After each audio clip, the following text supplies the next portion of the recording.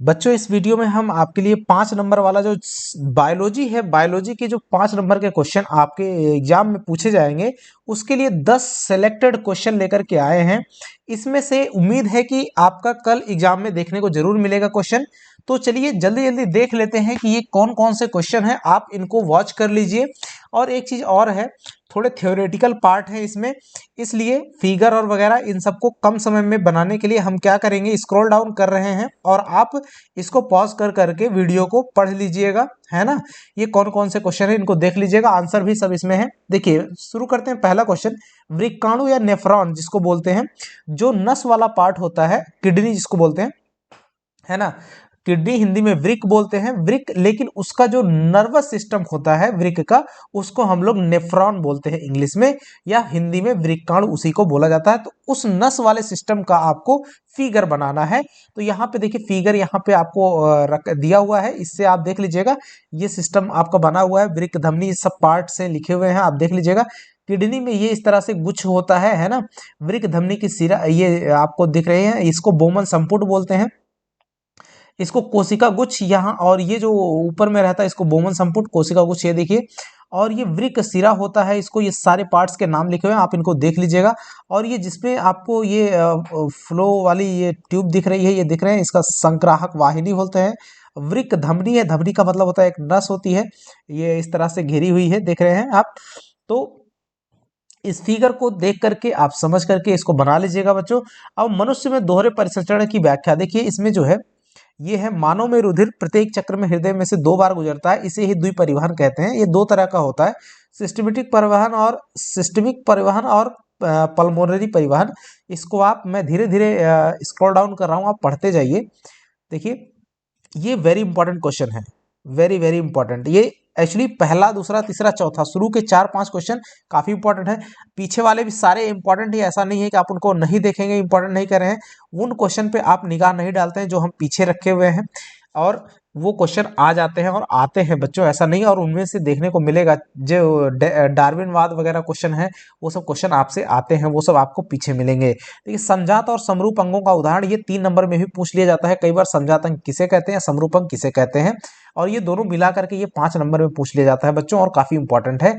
देखिए यहाँ पे देख लीजिए, पौधों और प्राणियों के व्यंग जिनकी आधारभूत संरचना एक समान होती है और उनके कार्य भिन्न भिन्न होते हैं, उनको समजात अंग कहते हैं। जैसे पक्षियों के पंख, मनुष्य की भुजाएं, कुत्ते की अगली टांग, ये सब रचना के आधार पर एक समान है, लेकिन जीवों में कार्य अलग अलग है। समरूप में क्या होता है, जीवों को वे अंग जो देखने में समान होते हैं पर उनकी रचना और काम अलग अलग होते हैं, उनको समरूप बोलते हैं। जैसे कीटों के पंख हो गए, पक्षियों के पंख हो गए, चमगादड़ के पंख हो गए, इन सभी जीवों में पंख देखने में एक समान दिखाई देते, परंतु उनकी रचना और काम भिन्न भिन्न है। देखिए अगला क्वेश्चन काफी इंपॉर्टेंट है, मानव हृदय का नामांकित चित्र बनाइए। और मानव हृदय में दोहरा परिसंचरण, ऊपर में भी देखिए, सिर्फ इतना ही क्वेश्चन आपको 3 नंबर में भी दे सकता है, राइट। और तो इस तरह से क्वेश्चन ऊपर में आपको मानव हृदय का दोहरा परिसंचरण बताया गया है। और यहाँ पे आप ह्यूमन हार्ट का जो है फिगर देख लीजिए। देखिए यहाँ पे मैं इसको छोटा कर दे रहा हूँ, ये आप इसको क्लियर देख लीजिएगा। यहाँ पे इन सभी पार्ट्स के आप नाम भी इसको ध्यान रख लीजिएगा। ये जो आपका एक पार्ट ये हो गया, है ना, दूसरा पार्ट हो गया, ये तीसरा हिस्सा, और ये चौथा हिस्सा, ये इसके 4 भाग होते हैं, एक प्रकार से 4 कोष्ठ होते हैं। यानी कि कभी कभी क्वेश्चन कहता है कि जो मानव का हृदय होता है वो 4 कोष्ठों में क्यों बटा होता है, इसके क्या लाभ है। तो देखिए 4 पार्ट्स होते हैं, एक बार इस तरह से पूरा सर्कुलेट करता है, एक दूसरे से होकर के कनेक्ट होकर के। इसको आप पढ़ लीजिए, देखिए स्क्रॉल डाउन कर रहा हूं मैं, तो इन सबको पढ़ लीजिएगा। देखिए रुधिर हृदय में से एक चक्र पूरा करने के लिए 2 बार परिसंचरित, यानी 2 बार आता है। रुधिर के 2 प्रमुख परिसंचरण कौन से, एक फुफ्फुस परिसंचरण और शरीर परिसंचरण, राइट। तो इस तरीके से इनको पढ़ लीजिएगा। चौथा क्वेश्चन है, देखिए मेंडल का प्रयोग, राइट। मेंडल है, डार्विन है, इन सबसे क्वेश्चन बनेंगे अब की बार। देखिए लक्षण प्रभावी अथवा अप्रभावी होते हैं, प्रभावी अथवा अप्रभावी, यहाँ लिख लीजिए अप्रभावी, यहाँ मैं लिख दे रहा हूं अप्रभावी, राइट।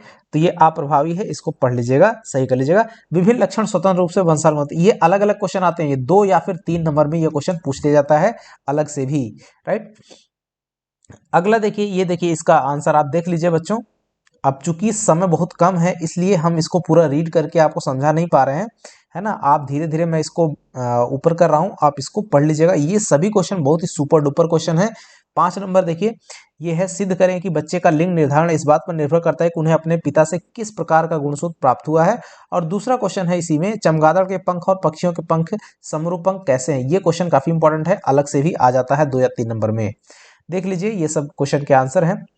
अगला 6 नंबर का क्वेश्चन है, मनुष्य के पाचन तंत्र में प्रोटीन का पाचन कैसे होता है। Very important question, very important, right. Nephron या वृक्क नलिका का स्वच्छ चित्र जो कि ऊपर में दिया हुआ था। इस तरह से देखिए 2 और 3 नंबर, 2+3 करके 5 नंबर का ऐसे पार्ट वाइज क्वेश्चन बनता है और इनके अलग अलग, ये अलग अलग पार्ट में भी क्वेश्चन बनते हैं, आते हैं।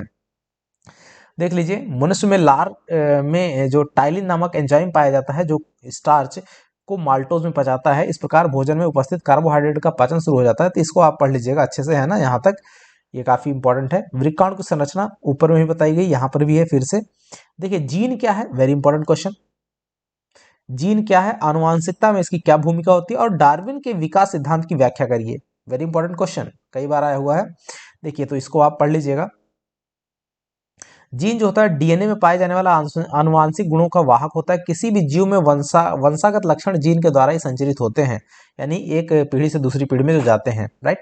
तो अब देखिए दूसरा डार्विनवाद क्या होता है कि डार्विन के जैव विकास सिद्धांत को प्रकृति वर्ण कहते हैं। उन्होंने प्राकृतिक चयन यानी नेचुरल सिलेक्शन द्वारा जातियों का विकास नामक पुस्तक कब लिखी थी, 1869 में लिखी थी।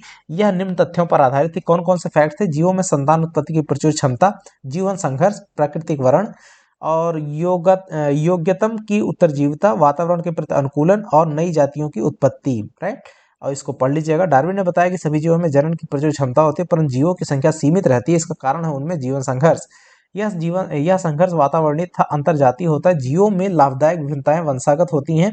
योग्यतम लक्षणों वाले जीव स्वस्थ संतान उत्पन्न करके वंश चलाते हैं। प्रकृति योग्यतम जीवों का चयन करती है, यानी कि जो सबसे ज्यादा सुटेबल, सबसे ज्यादा बेहतर रहेगा उसी को नेचर अडॉप्ट करता है, राइट। इस प्रकार नई जातियों की उत्पत्ति होती है।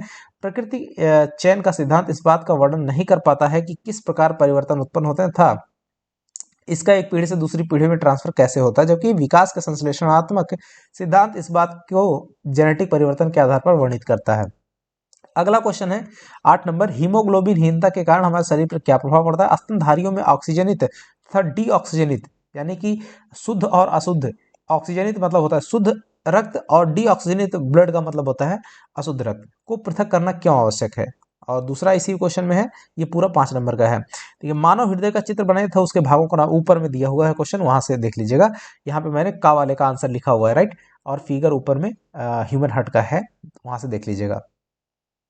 देखिए अगला है 9 नंबर क्वेश्चन है, जीवाश्म क्या है, वे जैव विकास प्रक्रम के विषय में क्या दर्शाते हैं।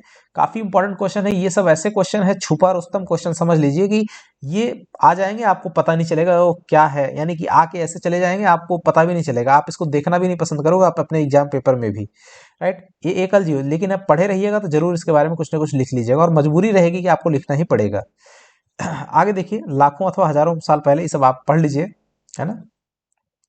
ये देखिए, ये सब पढ़ लीजिएगा। और लास्ट क्वेश्चन है, मनुष्य के शरीर में दोहरा परिसंचरण की व्याख्या, जो कि ऊपर में क्वेश्चन है। और जो इंपॉर्टेंट क्वेश्चन है कि पोषण किसे कहते हैं, स्वपोषण और परपोषण में क्या अंतर है, ये आपको बताना है, राइट। यहाँ पर पोषण कर लीजिएगा, है ना। तो ये सब है ना।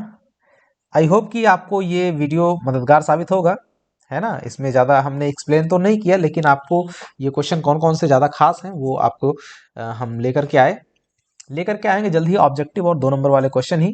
ठीक है बच्चों।